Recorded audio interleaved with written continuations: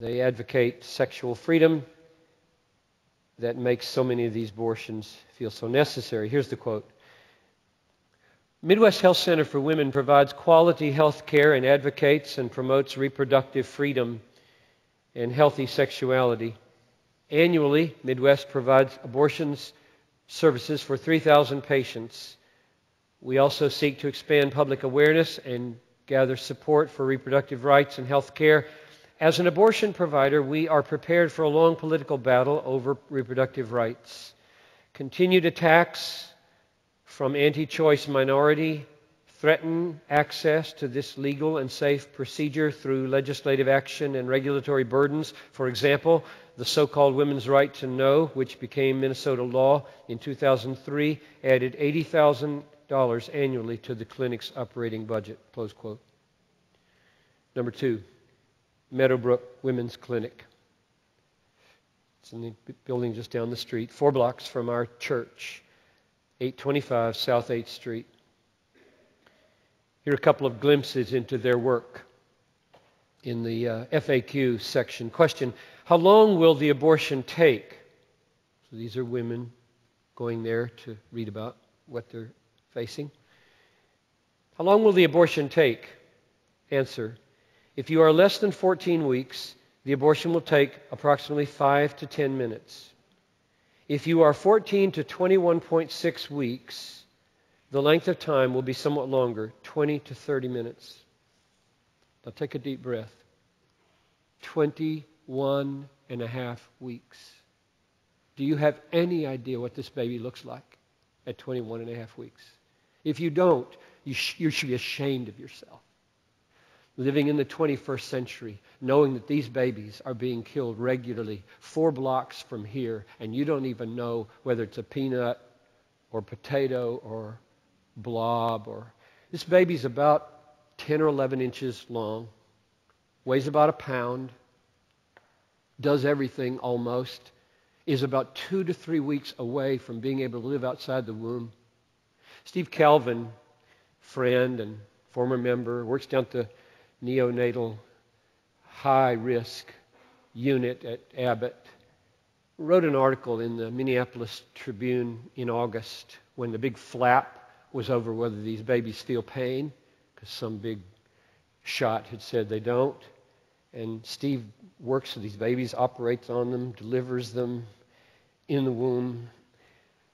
He wrote, recently I performed an amniocentesis on a 21-week gestation because of a possible infection. On ultrasound, the fetus pulled away from the needle when it grazed her arm. It is clear to me that this fetus felt discomfort and that she would feel horrible pain if she were dismembered in the exercise of an unjust constitutional right.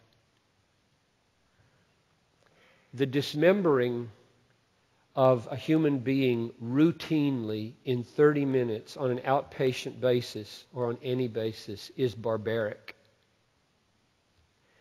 4 blocks from our church, all year long, like churches within the smelling distance of Auschwitz and Dachau and Bergen-Belsen and Buchenwald. What's that smell? It just can't be what we think it is. Number 3, Robbinsdale Clinic, 3819 West Broadway, Robbinsdale. They strike a defensive political posture on their website, don't give much information. Quote, it is the responsibility of all American women and their families to work to keep abortion safe and legal by voting for pro-choice officials and working with various organizations to ensure this basic fundamental right of reproductive freedom. Please remember, while over 70% of Americans believe in the right to choose, a small but vocal minority of narrow-minded anti-abortion forces could make a major impact on the threat to women's rights. Those are not quite accurate numbers, depending on how you ask the question. Number 4, Mildred Hanson, MD, This is just down Chicago, off to the right as you get to Abbott. Just take a right on 24th, and it's on the 4th floor of that building down there. The website calls her late abortion specialist, and then boasts in this distinction with these words: first and second trimester abortions by a woman gynecologist, the first physician in Minnesota to perform the second trimester D&E procedure, dilation and extraction. And then the business is very clear and simple. 5 to 6 weeks, $475. 7 to 10.5 weeks, $420. 11 to 12 weeks, $515. 13 to 14 weeks, $615. 15th week, $820.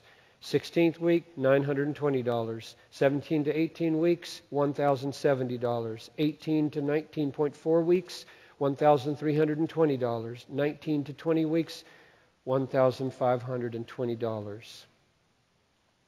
Number 5. Planned Parenthood, Highland Park. Go down Hiawatha, take a left on 42nd, and get there in about 2 minutes. 1965 Port Parkway in St. Paul. Out of the 13,000 plus abortions that are done in Minnesota yearly, about 23% are done by Planned Parenthood. Their website describes how caring this is. Quote, with many years of experience, our physicians and staff provide caring, confidential, affordable abortion services. The parable of the Good Samaritan will not leave it there. It beckons us closer to home, doesn't it? The abortions you've experienced. This is the part of the sermon I told you I would get to. The abortions you've experienced. Your girlfriend, your wife, your daughter, your granddaughter, yourself. Jesus hates abortion, and Jesus loves you. And when you feel both of those, the way Jesus wants you to feel both of them, you will weep with broken-hearted joy. It's the only kind of joy worth having for sinners like us. It's the only kind. If you minimize it, you may not weep. If you maximize it, you won't weep with joy. But if you get it right, that Jesus hates abortion and Jesus loves and dies for you, then you will weep with broken-hearted joy. Husband, wife, grandmother, grandfather, boyfriend, girlfriend. I know women at Bethlehem who have walked through it, been broken by it, and emerged strong in the Lord and in the cause of life. Be patient with your healing. The time for your courageous engagement in the cause of life will come. Let it come in its time. Oh, how many things I would like to talk about from this parable. It is a rich parable. I think I could conceive of 10 sermons easily from this parable. I have one basic observation to make. And if you're disappointed that it isn't the one you were hoping I would make, then it's all yours to preach from when you get home tonight. When you get home today. The point is this. The parable begins, verse 29, with the question, who is my neighbor, asked in a self-justifying way. And the parable ends in verse 36 with a different question. Which of these three do you think proved to be a neighbor? So Jesus tells a story to switch